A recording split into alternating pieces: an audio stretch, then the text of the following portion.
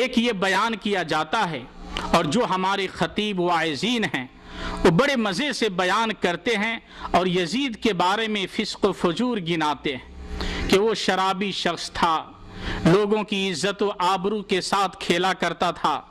نبی کریم صلی اللہ علیہ وسلم کے اہل خانہ کی بے حرمتی کیا، انہیں قیدی بنایا۔ میرے دوستو آئیے میں آپ کو بتلاؤں، حضرت امام حسین کے برادر اکبر محمد بن حنفیہ مدینہ کے اندر تھے۔ جب لوگ یزید کے پاس سے واپس گئے اور ان لوگوں نے یزید کے بارے میں فسق و فجور بیان کرنا شروع کیا تو انہوں نے کیا کہا؟ یہ کون ہیں؟ محمد بن حنفیہ، حضرت امام حسین کے برادر اکبر کہتے ہیں ما رأیت منہ ما تذکرون وقد حضرتہ واقمت عندہ فرأیتہ مواظبا علی الصلاة متحریا للخیر یسأل عن الفقہ ملازما للسنہ۔ کہا تم لوگ یزید کے بارے میں جو کچھ کہتے ہو میں نے ان میں سے کوئی بھی چیز اس کے اندر نہیں دیکھی ہے، میں ان کے یہاں قیام کر چکا ہوں اور میں نے انہیں پکا نمازی، خیر کا متلاشی، مسائل شرعیت سے لگاؤ رکھنے والا اور سنت کا پابند پایا ہے۔ یہ ہے البدایہ والنہایہ جلد 8 صفحہ نمبر 233۔ مگر تعصب کا برا ہو، آج ہم شیعی راویوں سے، شیعہ اور کٹر رافضی جن لوگوں نے کربلا کے واقعات کو ایک فلمی انداز کے اندر بنا دیا ہے، ان سے متاثر ہو کر ہمارے علماء بھی یزید کے اوپر لان تان کرنے سے دریغ نہیں کرتے۔ اور میرے دوستو اہل سنت والجماعت اگر صرف اس حدیث کے اوپر غور کر لے جس حدیث کے اندر نبی کریم صلی اللہ علیہ وسلم نے غزوہ قسطنطنیہ میں شرکت کرنے والوں کے لیے مغفرت کی بشارت سنائی ہے، اور یہ بشارت سنانے والے کون ہیں؟ نبی کریم صلی اللہ علیہ وسلم۔ یہ کسی کاہن نجومی کی پیشن گوئی نہیں ہے کہ بعد میں چل کر کے رد ہو جائے۔ نبی کریم صلی اللہ علیہ وسلم فرماتے ہیں اول جیش من امتی یغزون مدینہ قیصر مغفور لہم، میری امت کا پہلا لشکر جو قیصر کے شہر قسطنطنیہ میں جہاد کرے گا وہ بخشا ہوا ہے۔ صحیح البخاری کتاب الجہاد والسیر باب ما قیل فی قتال الروم حدیث نمبر 2924۔ میرے دوستو یہ نبی کریم صلی اللہ علیہ وسلم کی بشارت ہے، اور تاریخ کی تمام کتابوں کے اندر مورخین کا اتفاق ہے کہ اس غزوے کا کمانڈر یزید تھے، اس کا کمانڈر یزید تھے۔ اسی طریقے سے آپ دیکھیں امام ابن تیمیہ رحمۃ اللہ علیہ فرماتے ہیں وَأَهْلُ السُّنَّةِ يَرُدُّونَ غُلُوَّ هَؤُلَاءِ وَيَقُولُونَ إِنَّ الْحُسَيْنَ قُتِلَ مَظْلُومًا شَهِيدًا وَالَّذِينَ قَتَلُوهُ كَانُوا ظَالِمِينَ۔ اہل سنت والجماعت اس غلو کو رد کرتے ہیں اور کہتے ہیں کہ حسین رضی اللہ تعالی عنہ کو ظلماً شہید کیا گیا اور ان کے قاتل ظالم تھے، انہیں صرف ظالم کہا جا سکتا ہے جنہوں نے ان کو قتل کیا ہے۔ منہاج السنہ جلد 2 صفحہ نمبر 256۔ اسی طریقے سے امام احمد سے ان کے بیٹے صالح نے کہا اللہ تکفر یزید، کہ آپ اللہ تلعنوا یزید، کیا آپ یزید کو لعنت نہیں کرتے؟ تو انہوں نے کہا متا رأیت اباک یلعن احدا، تو نے اپنے باپ کو کسی پر لعنت کرتے ہوئے کب پایا ہے؟ اور بعض لوگوں نے امام احمد سے جو یہ روایت کی ہے کہ انہوں نے یزید کے اوپر لعنت کرنے کو جائز قرار دیا ہے، یہ بالکل غلط ہے۔ ایسے ہی میرے دوستو ابن الصلاح فرماتے ہیں لم یصح عندنا انه امر بقتله والمحفوظ ان الامر بان الامر بقتاله المفضي الى قتله انما هو عبید اللہ بن زیاد والی العراق اذ ذلك۔ ہمارے پاس جو صحیح خبر پہنچی ہے وہ یہی ہے کہ یزید نے امام حسین رضی اللہ تعالی عنہ کے قتل کا حکم نہیں دیا، ہاں وہ عراق کے گورنر عبید اللہ بن زیاد کو حکم دیا تھا کہ ان کے ساتھ قتال کرے اور عراق کے اوپر قبضہ کرنے سے انہیں روکے۔ فتاوی و مسائل ابن الصلاح جلد 1 صفحہ نمبر 216۔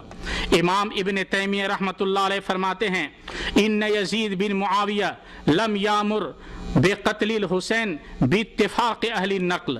ولكن كتب الى ابن زیاد ان يمنعه عن ولایت العراق ولما بلغ يزيد قتل الحسین اظہر التوجع على ذلك وظهر البكاء في داره ولم يسب لهم حريما بل اكرمهم واكرم اهل بيته واجازهم في ردهم الى بلادهم۔ حضرت امام ابن تیمیہ رحمۃ اللہ علیہ فرماتے ہیں کہ یزید بن معاویہ نے حسین رضی اللہ تعالیٰ عنہ کے قتل کا حکم نہیں دیا، اس کے اوپر سارے مورخین کا اتفاق ہے، لیکن عبید اللہ بن زیاد کو یہ خط لکھا کہ عراق کا اس وقت گورنر تھا کہ وہ حسین رضی اللہ تعالی عنہ کو عراق کے اوپر قبضہ کرنے سے روک دیں، اور جب انہیں حسین کے قتل کی خبر پہنچی تو وہ رونے لگے، ان کے گھر میں چیخ و پکار کی آواز پیدا ہونے لگی۔ انہوں نے ان کی کسی عورت کو قیدی نہیں بنایا، نہ انہیں لونڈی بنایا، عزت و آبرو کے ساتھ انہیں اپنے وطن لوٹا دیا۔ اور بعض چیزوں کو بیان کیا ہے جو یزید کی طرف منسوب کی جاتی ہیں، وہ کہتے ہیں ھذا کلہ کلام باطل، یہ ساری چیزیں ہمارے پاس آئی ہیں وہ شیعہ راویوں کی جانب سے آئی ہیں جو باطل ہیں۔ منہاج السنہ جلد 4 صفحہ نمبر 557۔ ایسے ہی امام غزالی رحمت اللہ علیہ فرماتے ہیں فَإِنْ قِيلَ هل يجوز لعن يزيد لأنه قاتل الحسين أو آمر به قلنا هذا لم يثبت اصلا فلا يجوز ان يقال انه قتله او امر به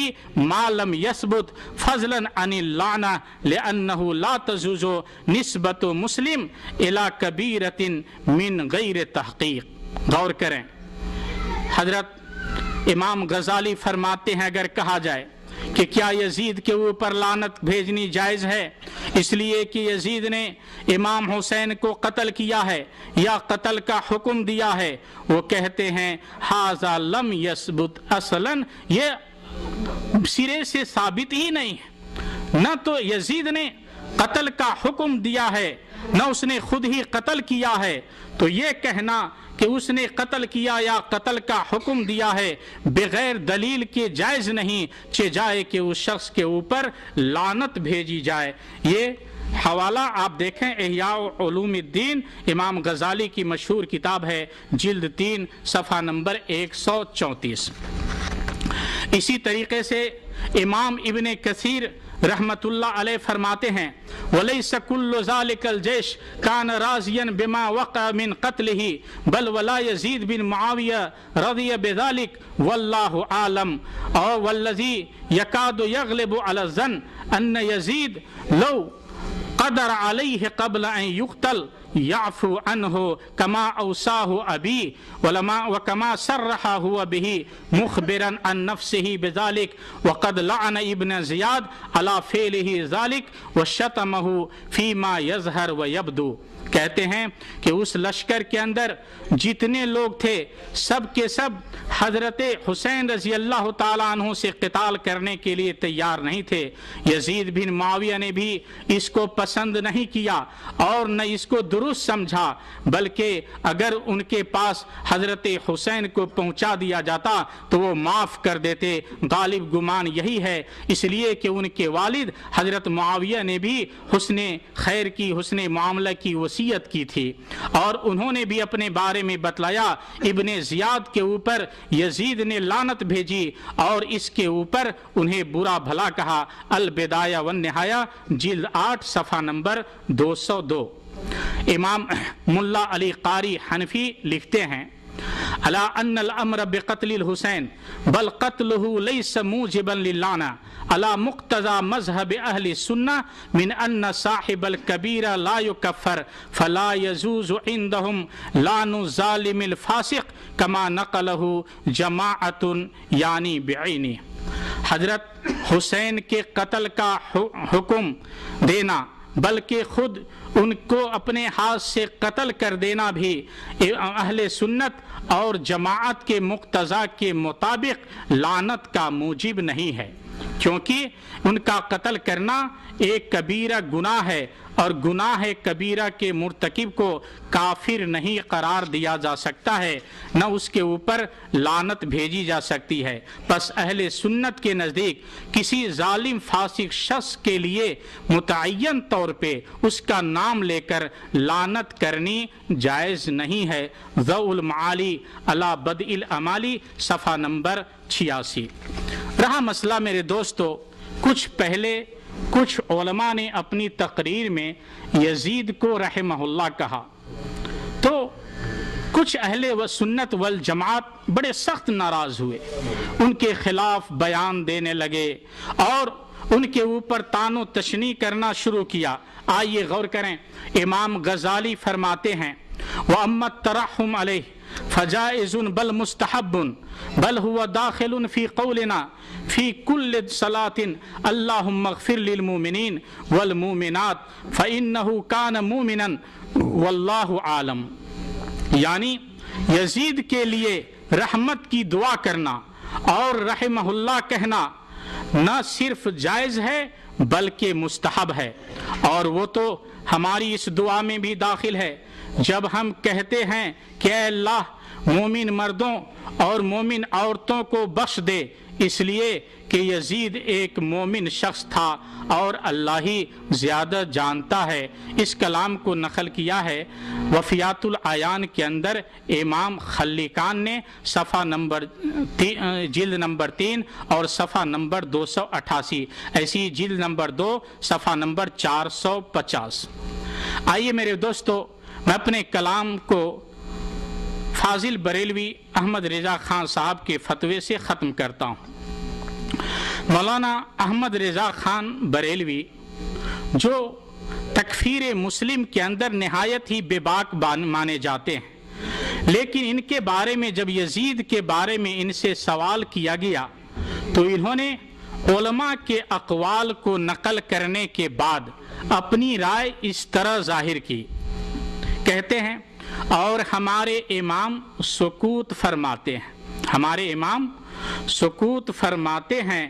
کہ ہم نہ مسلمان کہیں نہ کافر، لہذا یہاں بھی ہم سکوت کریں گے۔ احکام شریعت جلد 2 صفحہ نمبر 88۔ تو کم سے کم وہ لوگ جو یزید کو گالیاں دیتے ہیں اور ان کے اوپر لعن و طعن بھیجتے ہیں، اپنے امام کی قول کو مان کر کم سے کم سکوت کر لیں، اس کے اندر بھی نجات ہے۔ اللہ تعالیٰ سے دعا ہے اللہ تعالیٰ ہم سب کو دین کی باتیں سننے سمجھنے اور اس کے مطابق عمل کرنے کی توفیق عطا فرمائے، اور تمام خرافات اور بدعات سے ہم سب کو محفوظ رکھے۔ وصلی اللہ علی نبینا محمد وعلی آلہ وصحبہ وسلم، والسلام علیکم ورحمۃ اللہ وبرکاتہ۔